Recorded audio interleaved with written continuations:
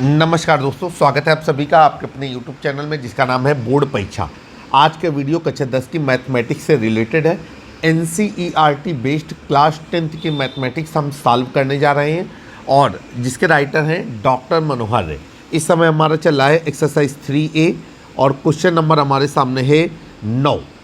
आइए question number 9 को solve करते हैं। अगर इससे पहले के वीडियो देखना चाहते हैं तो प्ले लिस्ट या वीडियो सेक्शन का इस्तेमाल करते हुए आप देख सकते हैं। देखिए, कहा जा रहा है कि एक रैखिक समीकरण 2x धन 3y माइनस 8 बराबर 0 दिया गया है। दो चरों में एक ऐसी और रैखिक समीकरण प्राप्त कीजिए जिससे बना युग्म का ज्यामितीय निरूपण निम्नलिखित प्रकार का हो। आइए भाई जरा करते हैं सवाल को। यहाँ पर नोट करते हैं क्वेश्चन नंबर 9। यहाँ पर लिखा रैखिक समीकरण और वो हमको दिया गया है 2x धन 3y माइनस 8 बराबर 0। अब देखिए, रैखिक समीकरण का युग्म हमको बताना है जब, यहाँ पर लिखेंगे ए नंबर, रैखिक समीकरण का युग्म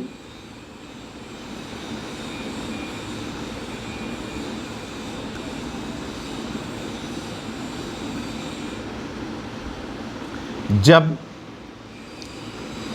दोनों रेखाएं प्रतिच्छेद करती हों।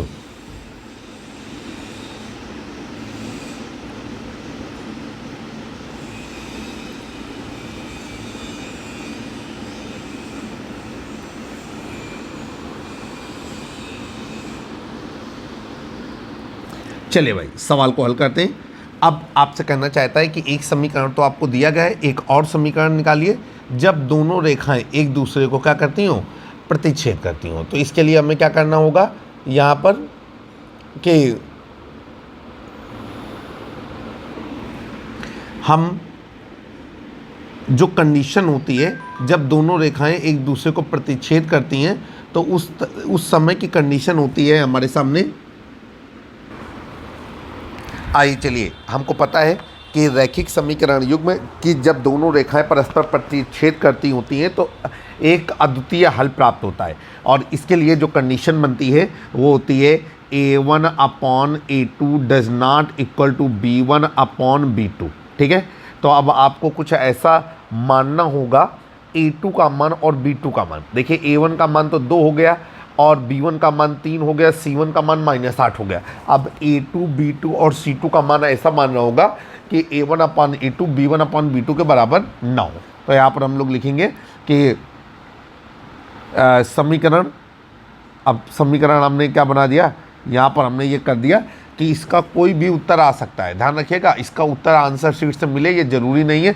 तो हमने यहाँ पर बना दिया आपका कि 3x धन 2y, ठीक है, 3x धन 2y माइनस 11 बराबर 0। ये आपका आंसर हो गया। फिर से एक बार समझने की कोशिश करेंगे। आपसे कहा जा रहा है कि रैखिक समीकरण का युग्म ज्ञात कीजिए जब दोनों रेखाएं परस्पर प्रतिच्छेद करती हैं। तो उस समय की कंडीशन होती है A1 upon A2 does not equal to B1 upon B2। तो A1 B1 C1 तो दिया गया है, A2 B2 C2 हमको मानना है। तो हमने कुछ ऐसा माना है कि जब A1 अपॉन A2 करें तो और B1 अपॉन B2 करें तो ये आपस में बराबर ना होने पाए। इसीलिए हम इस प्रश्न के कई उत्तर प्राप्त कर सकते हैं। अब बी नंबर आपके सामने आया। बी नंबर में आपसे पूछा जा रहा है रैखिक समीकरण युग्म प्राप्त कीजिए। रैखिक समीकरण का, रैखिक समीकरण या रैखिक युग्म का दूसरा रैखिक समीकरण, रैखिक समीकरण युग्म जब आप कह रहे हैं दोनों रेखाएं समांतर हों, दोनों रेखाएं परस्पर समांतर हों। चलिए भाई, अब इसकी कंडीशन क्या होती है? इसकी कंडीशन होती है हमारी, अगर रेखाएं परस्पर समांतर हैं तो A1 upon A2 is equal to B1 upon B2 does not equal to C1 upon C2। ये कंडीशन होती है। अब देखिए भाई, एक समीकरण तो आपको दिया गया है, तो यहाँ पर हम लोग लिखेंगे पहला समीकरण। पहला समीकरण हमको कितना दिया गया है, ये हमको दिया गया है 2x धन 3y माइनस 8 बराबर 0। अब दूसरा समीकरण हमें बनाना है, हमको ऐसा समीकरण बनाना है यहाँ पर कि जब हम दूसरे समीकरण और पहले समीकरण से a1 a2 b1 b2 c1 c2 के मान कैलकुलेट करके ले करके आएँ तो हमारा a1 अपान a2 b1 अपान b2 के बराबर हो और ये c1 अपान c2 के बराबर ना हो। चलिए आगे चलते हैं। तो ये क्या हो गया, हमने यहाँ पर आपका माना कि 4x, हमने कहा उत्तर कई हो सकते हैं, हम अपने मन से सोचें, बस आपको ऐसा मान रखना है कि उत्तर कंडीशन मैच हो जाए, a1 अपान a2 बराबर b1 upon b2 does not equal to c1 upon c2। तो ये हो गया आपका 4x प्लस 6y। अब देखिए 2/4 करेंगे तो 1/2 आएगा, 3/6 करेंगे तो 1/2 आएगा, और ये हो गया -7 इज इक्वल टू 0। ये आपका आंसर है। ठीक है, आपने देखा कि किस तरीके से a1 अपान a2 b1 अपान b2 के बराबर तो है, लेकिन वो c1 अपान c2 के बराबर नहीं है। ठीक है, चलिए भाई, और भी उत्तर आ सकते हैं, बिल्कुल भी आप परेशान मत होइएगा। हमने आपसे कहा ये तो हम मान सकते हैं a2 b2 c2 का मान हम अपने मन से सोचेंगे। अब क्वेश्चन नंबर 9 का part number 3, part number C में क्या कहा गया है, कहा जा रहा है कि युगपत समीकरण का दूसरा समीकरण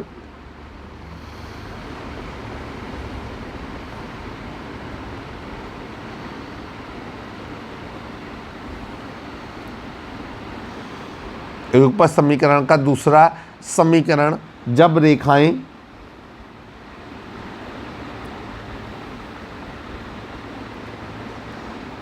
समपाती हों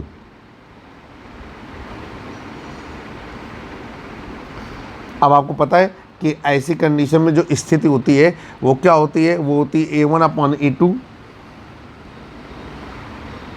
बराबर b1 upon b2 does not equal to c1 upon c2। ये कंडीशन होती है। ना ना ना ना, अगर आप ऐसा सोच रहे हैं तो बिल्कुल गलत है। कंडीशन होती है a1 अपॉन a2 बराबर b1 अपॉन b2 बराबर c1 अपॉन c2।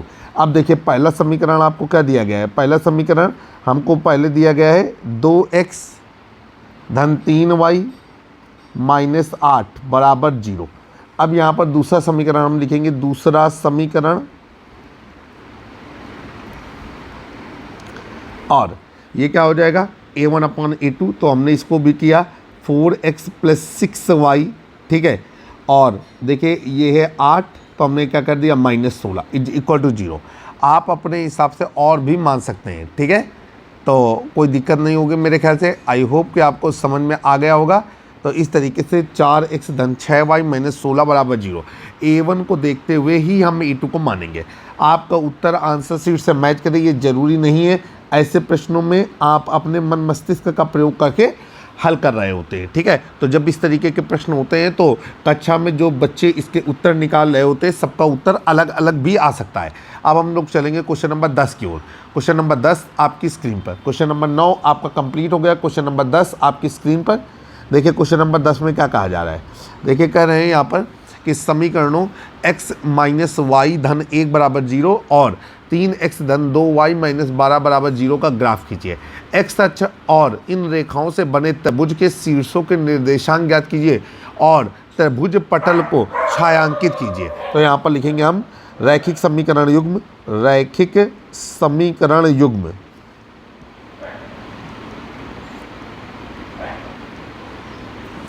और ये हो गया आपका x माइनस वाई प्लस 1 बराबर 0 और नीचे है आपका 3x धन 2y माइनस 12 बराबर 0। ठीक है, चलिए अब क्या कह रहा है, x अक्ष और इन रेखाओं के मध्य बने हुए त्रिभुजों के शीर्ष निर्देशांक ज्ञात कीजिए और त्रिभुजाकार पटल को छायांकित भी कीजिए। चलिए सबसे पहले हम लोग क्या करेंगे कि यहाँ पर लिखेंगे ये मान लेंगे समीकरण नंबर 1 और ये समीकरण नंबर 2, क्योंकि इनका जो हल है वो ग्राफ पेपर की सहायता से या इनका ग्राफ हमको बनाना है और ग्राफ कहाँ बनेगा, कार्तीय तल में। तो लिखेंगे समीकरण 1, समीकरण 1 से ये हो गया आपका x माइनस वाई धन 1 बराबर 0, यहाँ से हो गया आपका y बराबर x धन 1। अब नीचे आप x के मान रखेंगे, कोई भी मान हम 0, 1, 2 रख सकते हैं। या आप कुछ भी अपनी ज़रूरत के हिसाब से मान रख सकते हैं। ठीक है, तो आपने लिखा यहाँ पर कि x बराबर -1 रखने पर, तो ये हो गया y बराबर -1 धन 1 और y बराबर हो गया 0। नीचे हो जाएगा बिंदु A के निर्देशांक,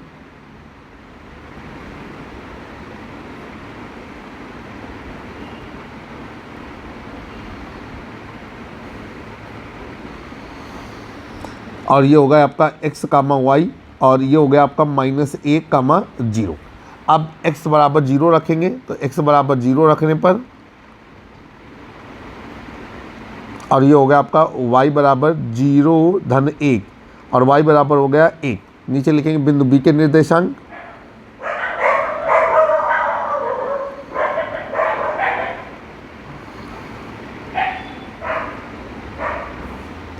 और ये हो गया हमारा x कामा y, और ये हो गया 0 कामा 1।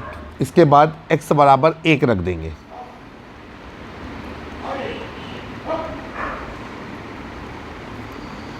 y बराबर 1 धन 1 और y बराबर हो जाएगा 2।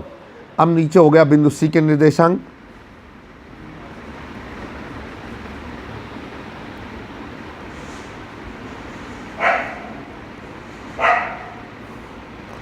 x कामा y, और ये हो गया आपका 1 कामा 2।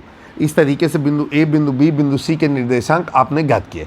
इन बिंदुओं को जब हम कार्तीय तल या ग्राफ पेपर पर निरूपित करेंगे तो, और इन बिंदुओं को मिला देंगे तो हमें इस रेखा का समीकरण कार्तीय तल पर प्राप्त हो जाएगा। अब हम लोग चलते हैं समीकरण 2 से, लिखेंगे समीकरण नंबर 2 से। समीकरण नंबर 2 कह रहा है 3x धन 2y माइनस 12 बराबर 0, और ये हो गया आपका 2y बराबर 12 माइनस 3x और y बराबर 12 माइनस 3x बटे 2। आप अगर चाहें आप तो बाहर से भी मान प्राप्त कर सकते हैं, रख सकते हैं, और अगर आप चाहें मान तो इन्हीं मानों को भी आप रख सकते हैं। ठीक है, तो आप यहाँ पर क्या करेंगे, आप लिखेंगे कि x बराबर 2 रखने पर, 4 रखने पर, 6 रखने पर, इस तरीके से आप मान रख करके आइए। तो ये हो जाएगा आपका x बराबर 2 रखने पर,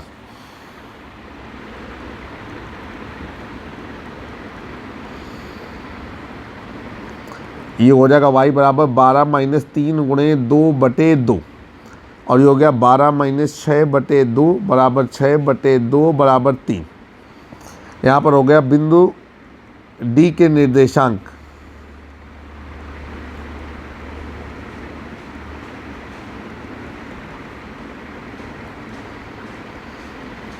x कामा y 2 कामा 3। फिर आगे चलेंगे, यहाँ पर लिखेंगे x बराबर 3 रखें या 4 रखें, तो हमने x बराबर 4 रखने पर हम कोशिश करें कि ऐसे मान रखें कि y का जो मान आए वो दशमलव में ना आने पाए, वो पूर्ण अंकों में आएगा, चाहे वो धनात्मक आए वो ऋणात्मक आए तो वो मान हो जाएगा। ठीक है, क्योंकि ग्राफ पेपर में हम पूर्ण अंक पे ग्राफ दिखाएंगे तो हमें आसानी रहेगी।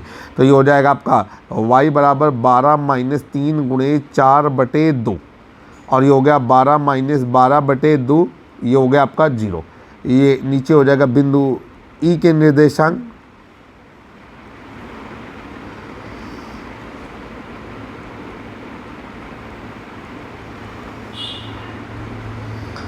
ये हो जाएगा आपका x कामा y और 4 कामा 0।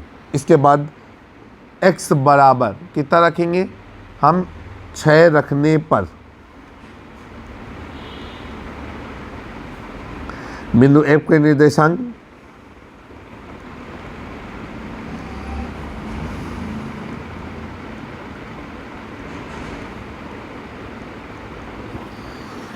और वो हो गया आपका x कामा, अच्छा x बराबर 6 रखेंगे तब तो बिंदु F के निर्देशांक मिलेंगे। तो आइए भाई आगे रख देते हैं, तो y बराबर हो जाएगा 12 माइनस 3 गुणे 6 बटे 2, और ये हो गया आपका 12 माइनस 18 बटे 2, और y बराबर हो गया आपका -6 बटा 2, y बराबर हो गया आपका -3। तो ये हो गया आपका x कामा y, तो ये हो गया आपका 6 कामा -3। ठीक है, चलेंगे आगे। अब नीचे लिखेंगे उपरोक्त बिंदुओं को कार्तीय तल पे निरूपित करने पर, तो यहाँ पर लिखेंगे कार्तीय तल में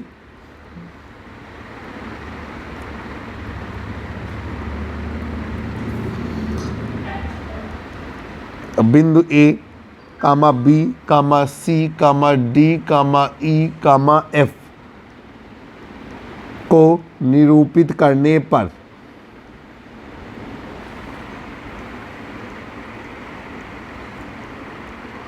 आइए निरूपित करते हैं और देखते हैं कि क्या हमें प्राप्त होता है।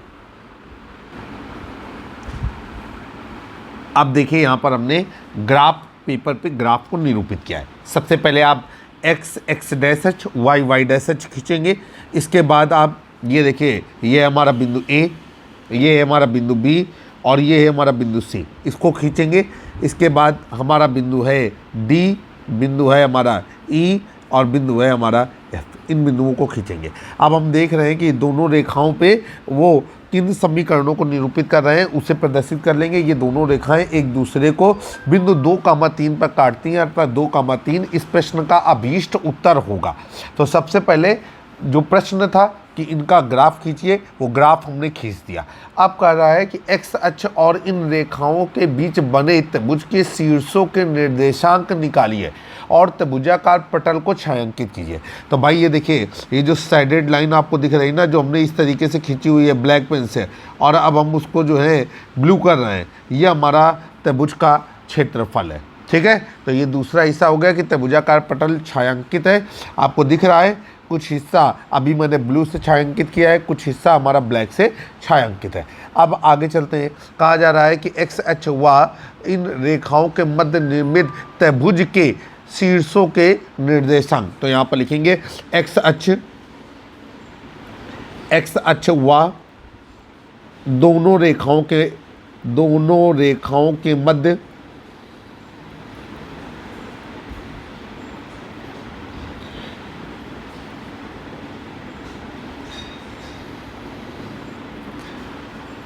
एक्स अक्ष व दोनों रेखाओं के मध्य निर्मित त्रिभुज, और हम ये देख रहे हैं कि ये हमारी एक्स अक्ष है जो नीचे आपको दिख रही है, जिसको हमने ये लाल किया, ये हमारी एक्स अक्ष है, और ये हमारी दोनों रेखाएं हैं, ये जो हमको यहाँ पर दिख रही हैं। ठीक है, जहाँ पर हमने पॉइंट कर दिया अनिर्मित त्रिभुज, और इस त्रिभुज का नाम हम कर सकते हैं ADE। त्रिभुज ADE का क्षेत्रफल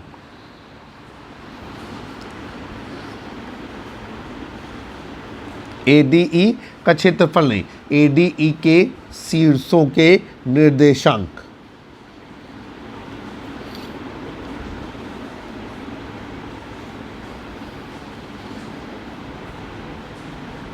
ठीक, अब चलिए यहाँ पर हम लोग क्या करेंगे, शीर्ष A के निर्देशांक हम ग्राफ से देखेंगे। शीर्ष A के निर्देशांक है -1,0। तो नोट डाउन करेंगे शीर्ष A के निर्देशांक,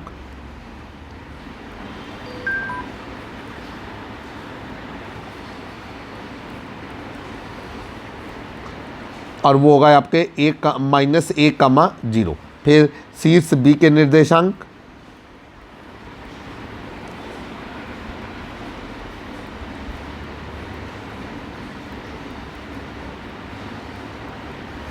और वो हो गए शीर्ष B नहीं, शीर्ष D के निर्देशांक,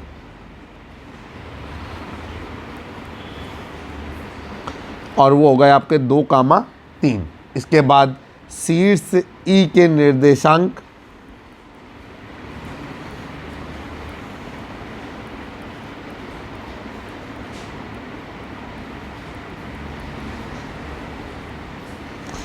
और वो हो गया आपका 4,0। तो ये हो गया हमारा उत्तर।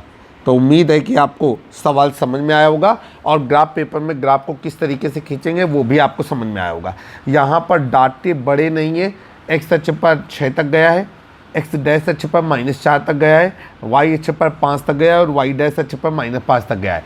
तब ऐसी स्थिति में आप लोग क्या करेंगे कि 10 छोटे खाने बराबर, ठीक है, 10 छोटे खाने बराबर आप 1 मान लेंगे, और एक्स अक्ष की ऋणात्मक दिशा में 10 छोटे खाने बराबर -1 मान लेंगे। वाई अक्ष की धनात्मक दिशा में सेम पैमाना मानेंगे, 10 छोटे खाने बराबर 1, और वाई अक्ष की ऋणात्मक दिशा में भी सेम पैमाने रखेंगे, 10 छोटे खाने बराबर -1। इस तरीके से क्वेश्चन नंबर जो आपका चल रहा था 10 वो आपका कंप्लीट हो गया। क्वेश्चन नंबर 11 आपकी स्क्रीन पर। आपको एक बार फिर से बताना चाहते हैं, आप NCERT बेस्ड पुस्तक पढ़ रहे हैं जिसके राइटर का नाम है डॉक्टर मनोहर रे। बहुत ही फेमस राइटर हैं। आपको मैं बताना चाहता हूँ, कुछ समय बाद आपको डिस्क्रिप्शन बॉक्स पे डॉक्टर मनोहर रे पब्लिकेशन की जो बुक है उसकी एक्सरसाइज आपको मिल जाएगी। यदि आपने बुक नहीं ले रखी है तो आप वहाँ से सीख सकते हैं। चलिए भाई, सवाल दिया गया है समीकरण 2x धन y बराबर 4 और 2x माइनस y बराबर 4 के युग्म का ग्राफ खींचिए। ग्राफ पेपर में इसका ग्राफ खींचिए और कह रहे हैं कि इन रेखाओं और y अक्ष के बीच बनने वाले त्रिभुज के शीर्षों के निर्देशांक करिए और साथ में कहा जा रहा है कि उस त्रिभुज का क्षेत्रफल भी ज्ञात कीजिए। चलिए हम रेडी हैं। यहाँ पर हम लोग लिखेंगे समीकरण युग्म। समीकरण युग्म का मतलब होता है समीकरण के दोनों समीकरण युग्म। और ये हो गया आपका 2x धन y बराबर 4, फिर नीचे 2x माइनस y बराबर 4। अब ये हो गया आपका 2x धन y माइनस 4 बराबर 0 और 2x माइनस y माइनस 4 बराबर 0। समीकरण नंबर हो गया हमारा 1 और समीकरण नंबर हो गया 2। अब हम लोग क्या करेंगे, यहाँ पर कुछ मान रखेंगे, आप अपने अनुसार मान रखेंगे और इन्हीं मानों से जो बिंदु तैयार होंगे आप या तो समीकरण को x पर कर दें, फिर या तो समीकरण को y पर रख दें और अगर y बराबर करेंगे तो x का मान रख करके वैल्यू निकालेंगे y की, और x बराबर करेंगे तो y का मान वैल्यू रख करके x की वैल्यू निकालेंगे।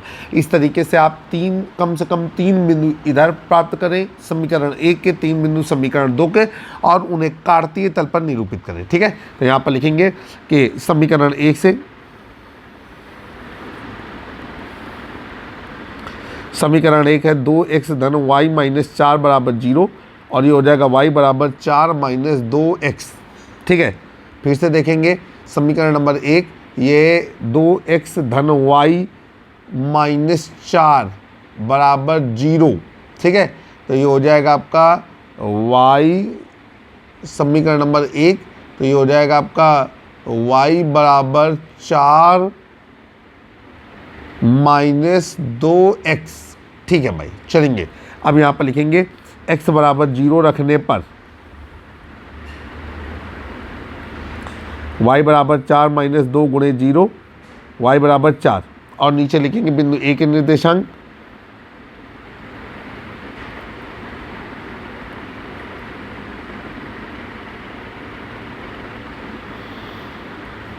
और ये हो गया आपका x कामा y और ये हो गया 0 कामा 4। फिर इसके बाद x बराबर आप कितना रखेंगे, 2 या 1, जो भी आपको मन करे। तो आप लिखेंगे x बराबर 1 रखने पर ये हो गया आपका y बराबर 4 माइनस 2 गुणे 1 और ये हो गया 4 माइनस 2 और ये हो गया आपका y बराबर 2। ठीक है, नीचे लिखेंगे कि बिंदु b के निर्देशांक।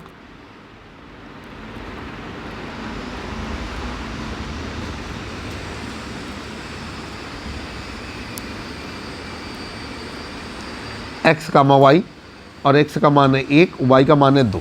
इसके बाद बिंदु x बराबर 2 रखने पर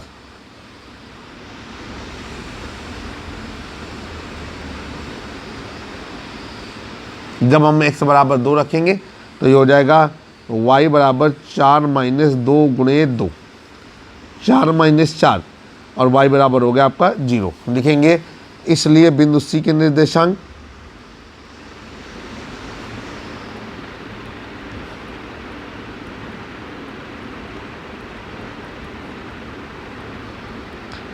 x कामा y और ये हो गया आपका 2 कामा 0। ठीक हो गया, ये हो गया बिंदु a, बिंदु b, बिंदु c। आगे चलेंगे, समीकरण नंबर 2 लेंगे।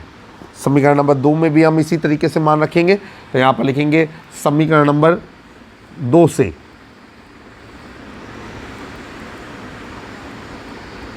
समीकरण नंबर 2 है हमारा 2x माइनस y बराबर 4 और ये हो गया y बराबर 2x माइनस 4। अब हम यहाँ पर लिखेंगे x बराबर 0 रखने पर y बराबर 2 गुणे 0 माइनस 4, 0 माइनस 4 बराबर माइनस 4। ठीक है, इसलिए बिंदु D के निर्देशांक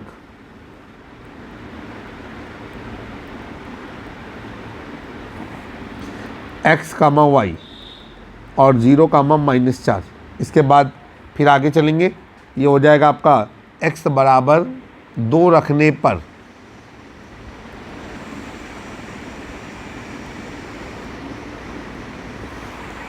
ये हो जाएगा y बराबर 2 गुणे 2 -4, 4 -4 और ये क्या हो गया आपका 0। बिंदु E के निर्देशांक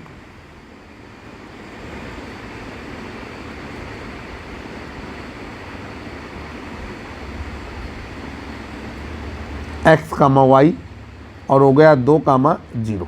इसके बाद x बराबर 3 रखने पर आप अपने मन से ये मान रख सकते हैं, बस कोशिश यही करना है कि साथ में जो मान आए वो एक संख्या ही रहे, दशमलव का अंक ना आने पाए। y बराबर हो गया आपका 2 गुणे 3 -4 और ये हो गया 6 -4, ये हो गया आपका 2। अब नीचे लिखेंगे बिंदु F के निर्देशांक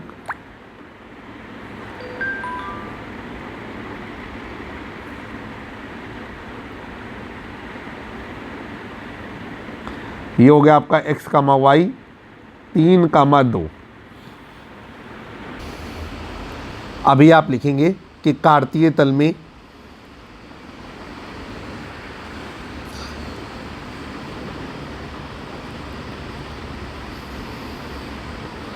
बिंदु A comma B comma C comma D comma E comma F को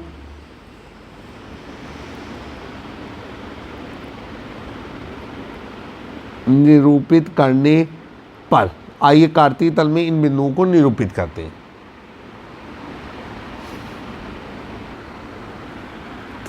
आप देखिए हमने कार्तीय तल पे इन बिंदुओं को निरूपित किया। ये है हमारा बिंदु A, बिंदु B और बिंदु C।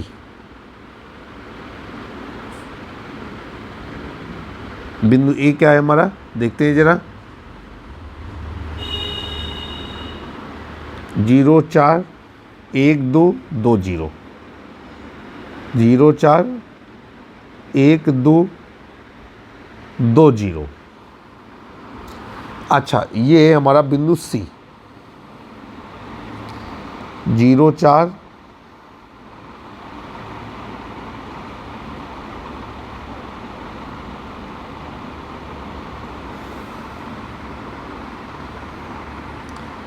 0 4 1 2 और 2 0।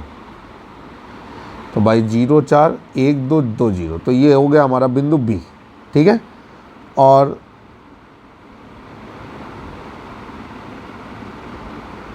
ये हो गया हमारा बिंदु C, ठीक। चलिए भाई, अब हम लोग क्या करेंगे कि हम बिंदु D, E और F को निरूपित करेंगे। तो D कितना है आपका, ये आपका 0 कामा -4, 2 कामा 0, तो 0 कामा -4 ये है हमारा D और 2 कामा 0 ये है हमारा E और F है 3 कामा 2, तो 2 कामा 0 ये हमारा E भी है और F है 3 कामा 2, तो ये हमारा F है। तो यहाँ पर बिंदु कुछ गड़बड़ हो गए थे अनफॉर्चुनेटली, आपको बिल्कुल भी परेशान होने की ज़रूरत नहीं है, बिंदु ऊपर दिए गए हैं। अब आपका डाटा पूरा कंप्लीट हो गया, जो आपसे पूछा गया था छोटा डाटा, हमने कहा पैमाना आप मानेंगे कि 10 छोटे खाने बराबर 1 और ऋणात्मक दिशा में 10 छोटे खाने बराबर -1, ठीक है। चलिए, लेकिन हम ऋणात्मक और धनात्मक करके नहीं मानते, हम मानते हैं किस पर, x अक्ष पर, और हम मानते हैं y अक्ष पर, ठीक है। चलिए आगे चलते हैं। अब देखिए भाई, इनके ग्राफ भी निरूपित कर दिया, ए बी सी को मिलाया तो पहली रेखा के समीकरण का ग्राफ मिल गया, और डी ई एफ को मिलाया तो दूसरी रेखा के समीकरण का ग्राफ मिल गया। अब आपसे क्या कहा जा रहा है कि इन रेखाओं और y अक्ष के बीच बनने वाले त्रिभुज के शीर्षों के निर्देशांक ज्ञात कीजिए। तो भाई देखिए, y अक्ष ये है हमारी, जिसको हम रेड पेन से मार्का कर रहे हैं,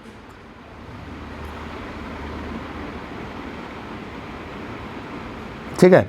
और ये रेखाएं हमारी ये हैं जिनको हम रेड पेन से मार्का कर रहे हैं इस तरीके से। चले भाई, अब देखिए यहाँ पर लिखेंगे कि जो कहा गया है कि वाई एच व दोनों रेखाओं के मध्य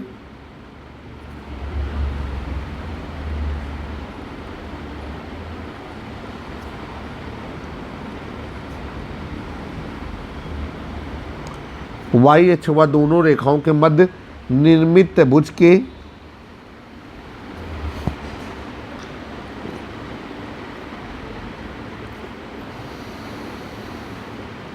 निर्मित त्रिभुज ए सी डी के शीर्षों के निर्देशांक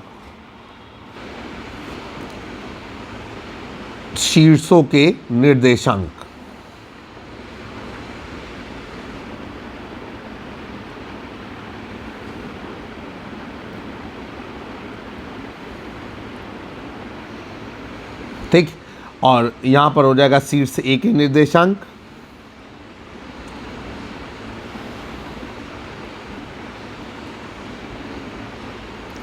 और वो है हमारा 0,4। फिर शीर्ष सी के निर्देशांक,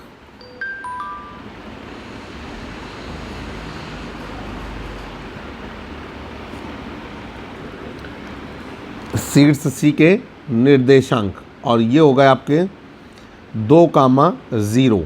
फिर इसके बाद शीर्ष डी के निर्देशांक,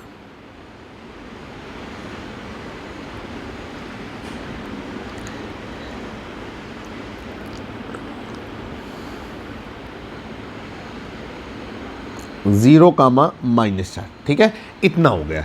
अब देखिए भाई, आपका ग्राफ भी प्रदर्शित हो गया, त्रिभुज के शीर्षों के निर्देशांक भी निरूपित हो गए, और अब हमें त्रिभुज का क्षेत्रफल ज्ञात करना है। ठीक है, तो यहाँ पर हम त्रिभुज का क्षेत्रफल कैसे ज्ञात करेंगे, ज़रा गौर से अगर देखेंगे तो इसके दो तरीके हैं। एक तो ये है कि इस त्रिभुज में दो त्रिभुज बन रहे हैं। एक यहाँ से अगर देखा जाए, यहाँ से ये, तो एक हिस्सा ये और एक हिस्सा ये। ठीक है, तो हम यहाँ पर लिखेंगे त्रिभुज ए सी डी का क्षेत्रफल बराबर 2 और समकोण त्रिभुज, चूँकि उधर भी क्या है 4, वाई अक्ष पे चली गई दूरी, इधर भी क्या है 4, और ये जो लंब है वो कितना है 2।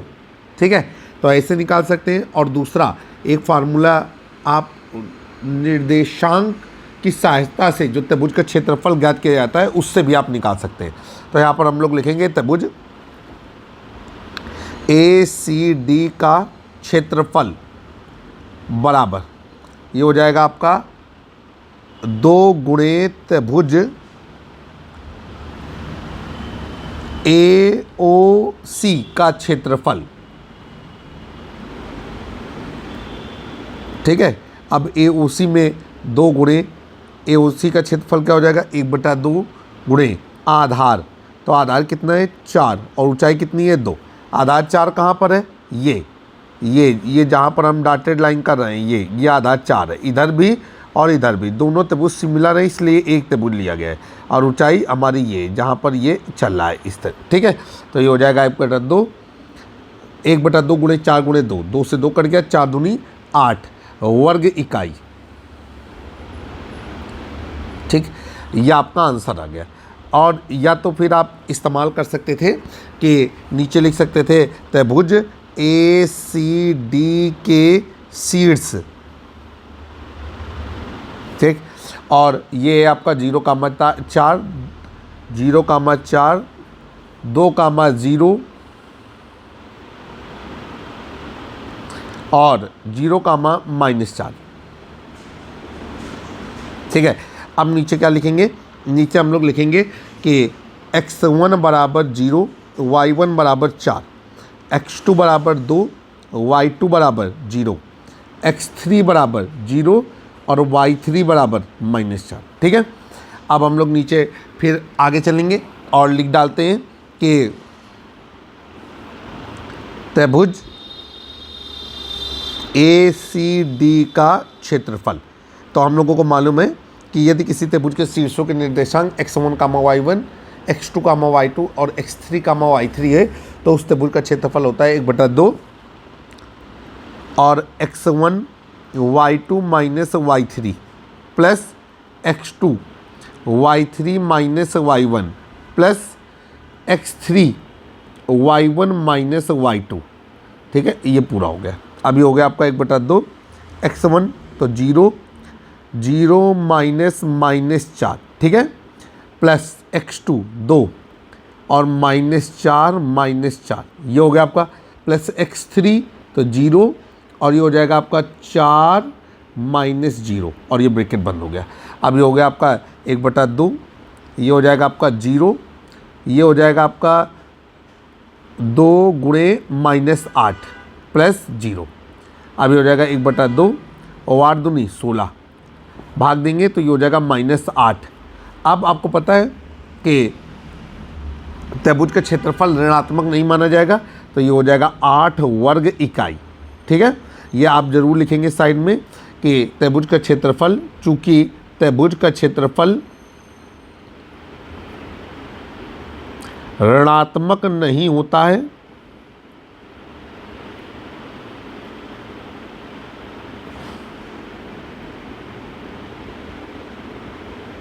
ठीक है, और ये आपका आंसर आ गया। तो आप पहले तरीके का इस्तेमाल करें या दूसरे तरीके का इस्तेमाल करें, दोनों ही विधियां आपके लिए बेहद लाभदायक होने वाली है। उम्मीद है कि आपको जो सवाल समझाए जा रहे हैं वो कुछ बेहतर तरीके से समझ में आ रहे होंगे। अब हम लोग चलेंगे क्वेश्चन नंबर 12 और क्वेश्चन नंबर 13, 2 क्वेश्चन और बचे हुए हैं, उन्हें भी हम इसी वीडियो में फिनिश कर लेंगे। क्वेश्चन नंबर 12 आपकी स्क्रीन पर देखिए क्या कहा जा रहा है। आपसे कहा जा रहा है कि के के किस मान के लिए रैखिक समीकरण युग्म का कोई हल नहीं होगा। तो नीचे हमने लिखा रैखिक समीकरण युग्म,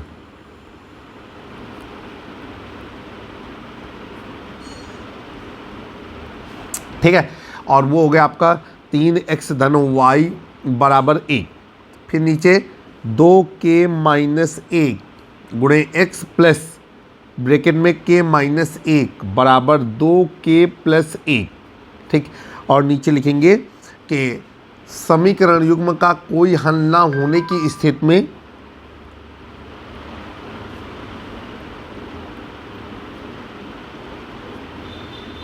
समीकरण युग्म का कोई हल ना होने की स्थिति में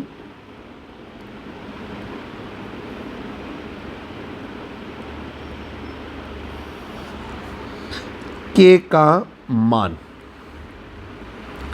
बराबर क्वेश्चन मार्क।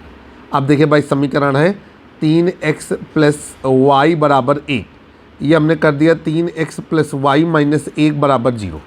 अब नीचे लिखेंगे समीकरण 3x प्लस वाई माइनस 1 बराबर 0 की तुलना मानक समीकरण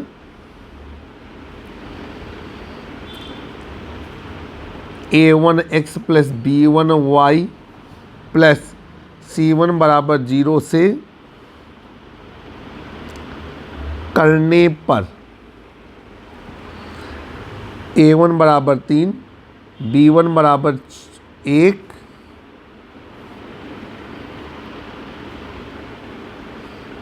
और c1 बराबर -1। फिर समीकरण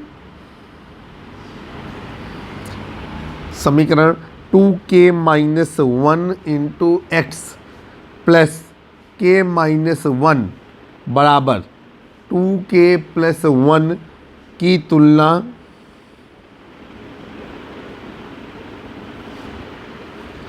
मानक समीकरण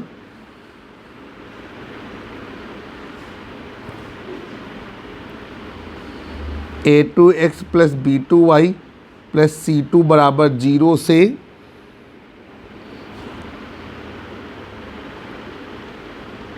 करने पर, और ये हो जाएगा आपका a2 बराबर 2k माइनस 1 और b2 बराबर k माइनस 1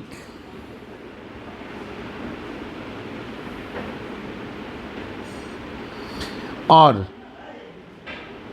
c2 बराबर, ये इधर ले लिया जाएगा तो -2k प्लस 1 लेना भूल गए, आप इधर लेकर के समीकरण को बराबर 0 करिएगा।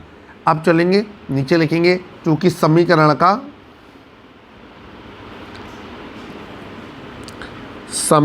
का कोई हल नहीं है,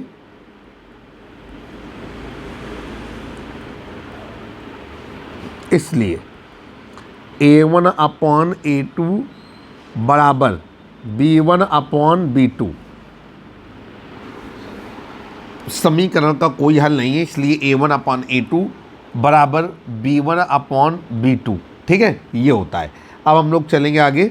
देखिए A1 का मान क्या है हमारा, A1 का मान है 3 और A2 का मान है आपका 2k-1 और B1 का मान है 1, B2 का मान है k-1। त्रिया गुणा कर देंगे तो ये हो जाएगा 3k-3 is equal to 2k-1 और ये हो गया आपका 3k-2k इज इक्वल टू -1 + 3 और ये हो गया आपका k इज इक्वल टू 2।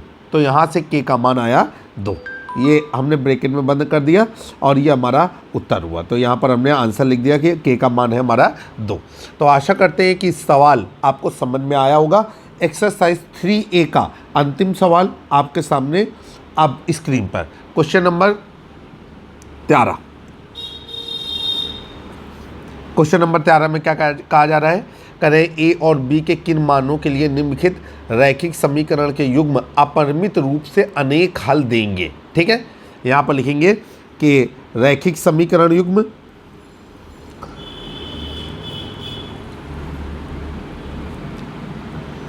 और रैखिक समीकरण युग्म क्या है आपका, ये आपका 2x धन 3y बराबर 7। फिर नीचे दूसरा है a minus B into X plus a plus B into Y, ठीक है, बराबर 3a प्लस बी माइनस 2। ठीक, चलिए यहाँ पर लिखेंगे कि रैखिक समीकरण के अपरिमित रूप से अनेक हल होने की स्थिति में, यहाँ पर लिखा है रैखिक समीकरण के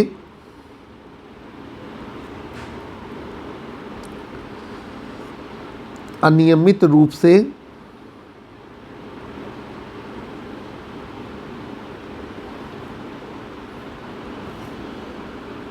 अनेक हल होने की स्थिति में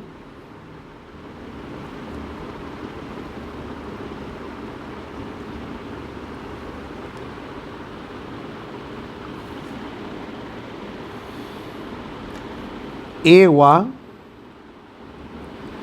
B का मान बराबर क्वेश्चन मार्क। चलिए भाई सवाल को हल करते हैं। नीचे लिखेंगे 2x धन 3y बराबर 7।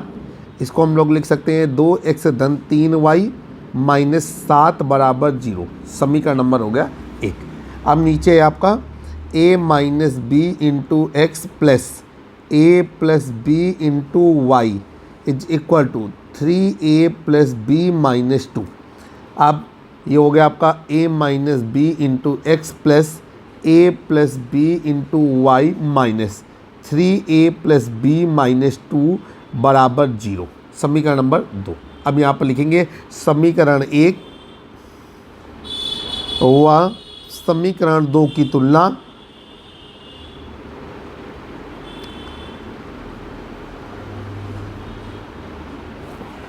समीकरण 1 व समीकरण 2 की तुलना युगपत समीकरण के मानक रूपों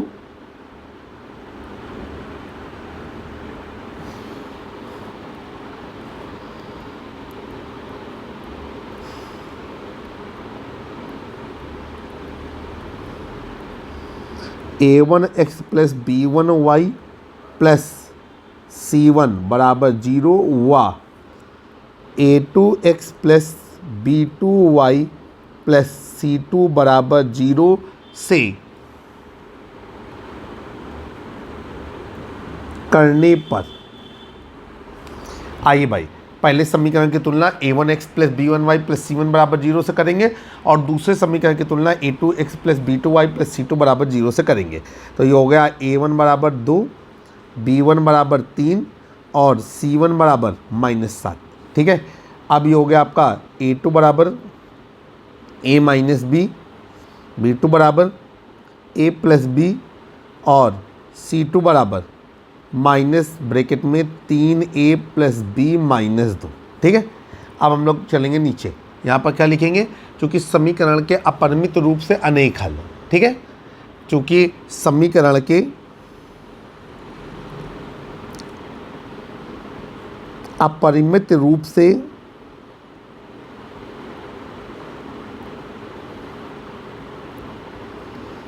अनेक हल हैं,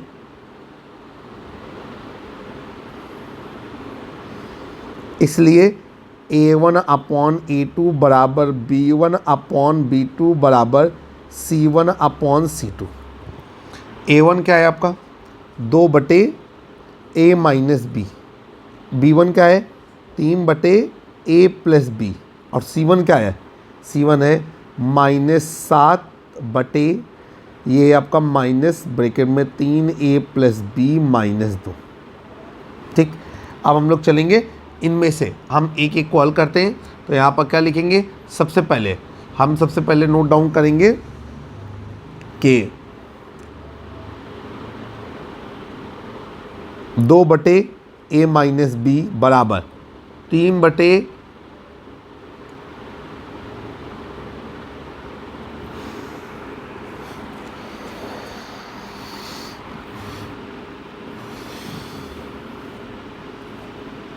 -7 बटे माइनस ब्रैकेट में 3a प्लस बी माइनस 2, ये और ये कैंसिल हो गया। अब हम लोग आगे चलेंगे तो ये गुणा करेंगे तो ये कितना हो गया आपका, ये हो गया आपका 6a धन 2b माइनस 4 बराबर 7a माइनस 7b। ठीक है, अब ये हो गया आपका 7a minus 6a minus 7b minus 2b बराबर -4 और ये हो गया आपका a माइनस 9b बराबर -4। समीकरण नंबर हो गया आपका 3। अब हम आगे चलेंगे।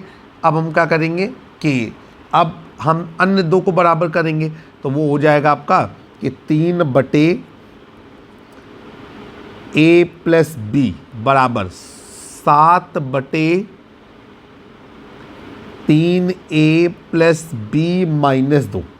माइनस से माइनस काट चुके हैं, अगर नहीं समझ में आ रहा है तो अभी माइनस लगा के रख लीजिए ऐसी, और अब माइनस से माइनस कट गया। अभी हो गया आपका 3 बटे a प्लस बी बराबर 7 बटे 3a प्लस बी माइनस 2। आगे चलेंगे, ये हो जाएगा आपका 9a प्लस 3b माइनस 6 बराबर 7a प्लस 7b। ठीक है, अब फिर ये हो जाएगा आपका 9a minus 7a plus 3b minus 7b बराबर 6 और ये हो गया आपका 2a माइनस 4b बराबर 6। 2 कॉमन ले लेंगे तो ये हो जाएगा a माइनस 2b बराबर 6 और a माइनस 2b बराबर 3। ठीक है, समीकरण नंबर क्या हो जाएगा आपका 4। आप लिखेंगे समीकरण नंबर 3 व समीकरण 4 से।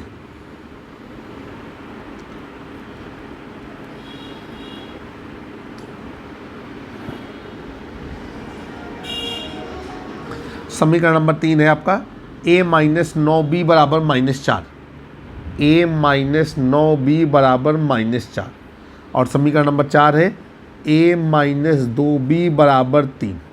ये हो गया आपका घटाने पर, चूँकि a के गुणांक समान है और चिन्ह भी समान है, माइनस प्लस माइनस ये कैंसिल हो गया और ये हो गया आपका माइनस का 7b बराबर माइनस का 7, माइनस से माइनस कैंसिल हो गया और b बराबर हो गया 7 बटे 7 और b बराबर अब हमारा आ गया 1। 7 से 7 काट दिया, b की वैल्यू हो गई हमारी 1। अब b का मान समीकरण 4 में रख दें या 3 में रख दें, तो यहाँ पर लिखेंगे समीकरण नंबर 4 से।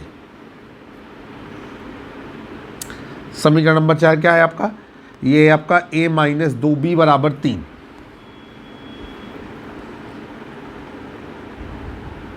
तो a माइनस 2 गुणे 1 बराबर 3, a माइनस 2 बराबर 3, a बराबर 3 धन 2 और a बराबर आ गया 5। तो ये हमने डिब्बे में बंद कर दिया।